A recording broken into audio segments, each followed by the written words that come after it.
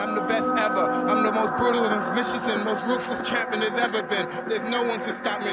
Lynx is a conqueror. No, I'm Alexander. He's no Alexander. I'm the best ever. There's never been anybody ruthless. I'm Sonny Liston. I'm Jack Dempsey. There's no one like me. I'm from their claw. There's no one that can match me.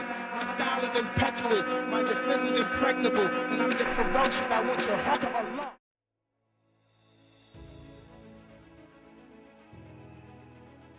I did not have a rich father. I tried 3 times for university. All failed. I applied for Harvard for 10 times.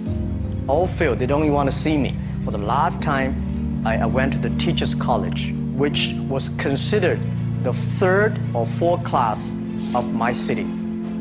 So I applied jobs for 30 times, got rejected.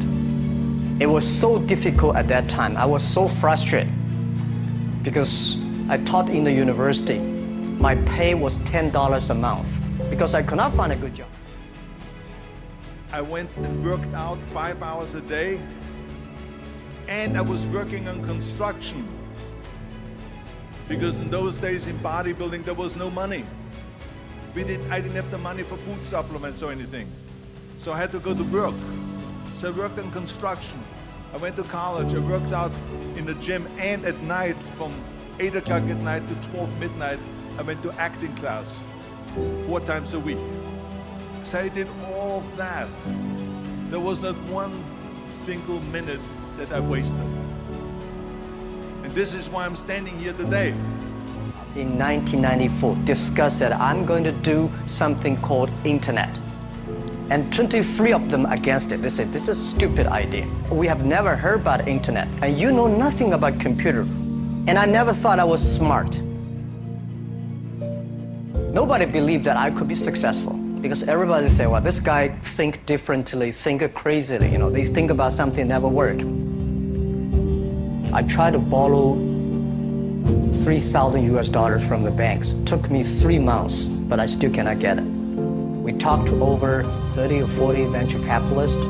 Everybody said, no, forget it. A lot of people said Alibaba is a terrible model. As I said, I believe it. I think this thing could be big if we keep on working. I never thought it would be that big like today.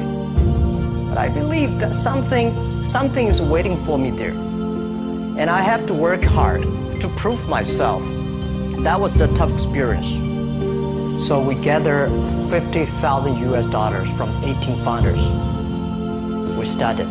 For the first 3 years, we did not have even $1 revenue from our business. It was not easy. You don't make any money. You've got extraordinary claims, and yet you make nothing. That's the internet.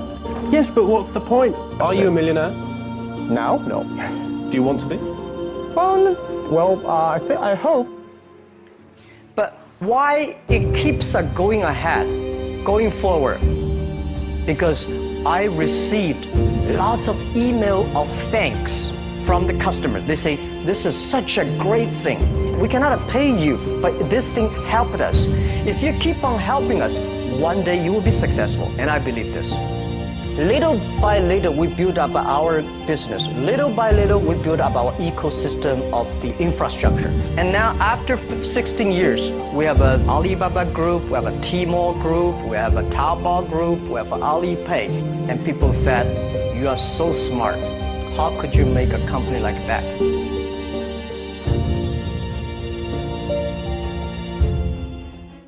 At the age of 20, I went to London and I won the Mr. Universe contest as the youngest Mr. Universe ever. And it was because I had a goal.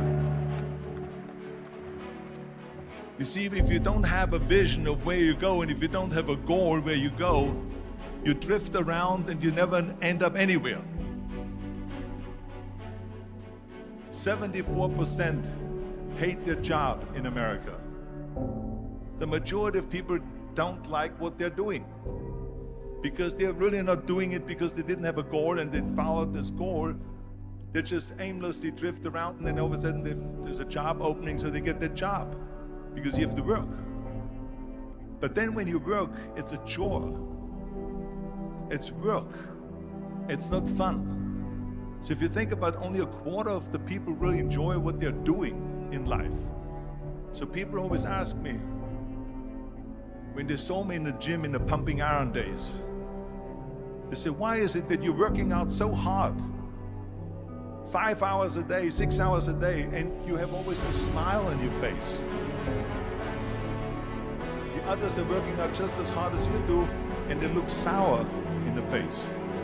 Why is that? And I told people all the time, I said, because to me, I'm shooting for a goal. In front of me is the Mr. Universe title. So every rep that I do gets me closer to accomplishing that goal, to make this goal, this vision, turn into reality. Every single set that I do, every repetition, every weight that I lift will get me a step closer to turn this goal into reality. So I couldn't wait to do another 500-pound squat. I couldn't wait to do another 500-pound bench press. I couldn't wait to do another 2,000 reps of sit-ups. I couldn't wait for the next exercise. So let me tell you something, visualizing your goal and going after it makes it fun. You've got to have a purpose no matter what you do in life. You've got to have a purpose.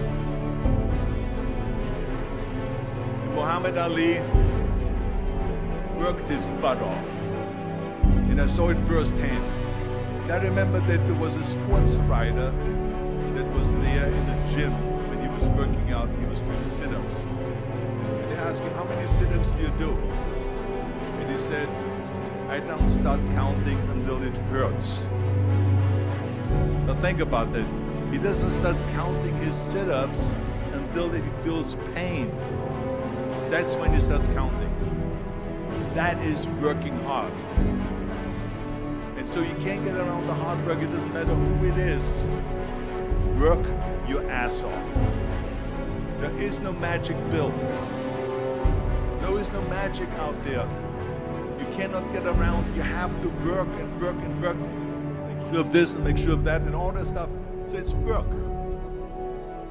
And it drives me crazy when people say they don't have enough time to go to the gym for 45 minutes a day and work out. Or to do something for 45 minutes to an hour a day to improve. If it is physically improve or if it is mentally to improve. Imagine you read 1 hour a day about history. How much you will learn after 365 hours in 1 year. Think about if you study about the history of musicians, of composers, how much you would know. Imagine if you would work on a business, on some business that you want to develop every day for an hour. Imagine how further along you will go and get. So it drives me nuts because we have, when people say we don't have the time, we have 24 hours a day. We sleep 6 hours a day, so that gives you still 18 hours. And there's someone shaking their head out here in front. They say probably, I don't sleep 6 hours, I sleep 8 hours, right? Or just sleep faster. So we have 18 hours a day. The average person works around 8 to 10 hours. So let's assume it's 10 hours, so we have 8 hours left. Then you travel around an hour a day, maybe 2 hours a day. So now you have still 6 hours left. So what do you do with these 6 hours? What do you do with these 6 hours? Then we eat a little bit, then we schmooze a little bit, talk a little bit to people and all that stuff. But you can see how much time there is available if you organize your day. So you got to work hard. I hate plan B. And I tell you why. Because we have so many doubters, as I've said earlier, the no-sayers. We have so many of those people that say no and you can't do it, it's impossible. That is okay because we just turn off, as I said earlier, and we listen and we hear the no being a yes. You can't do it, you can't do it, and all of that. So that is possible to do that amongst all the negative people around you. But when you start doubting yourself, that's very dangerous. Because now what you're basically saying is that if my plan doesn't work, I have a fallback plan, I have a plan B. And that means that you start thinking about plan B, and every thought that you put into plan B, you're taking away now that thought and that energy from plan A.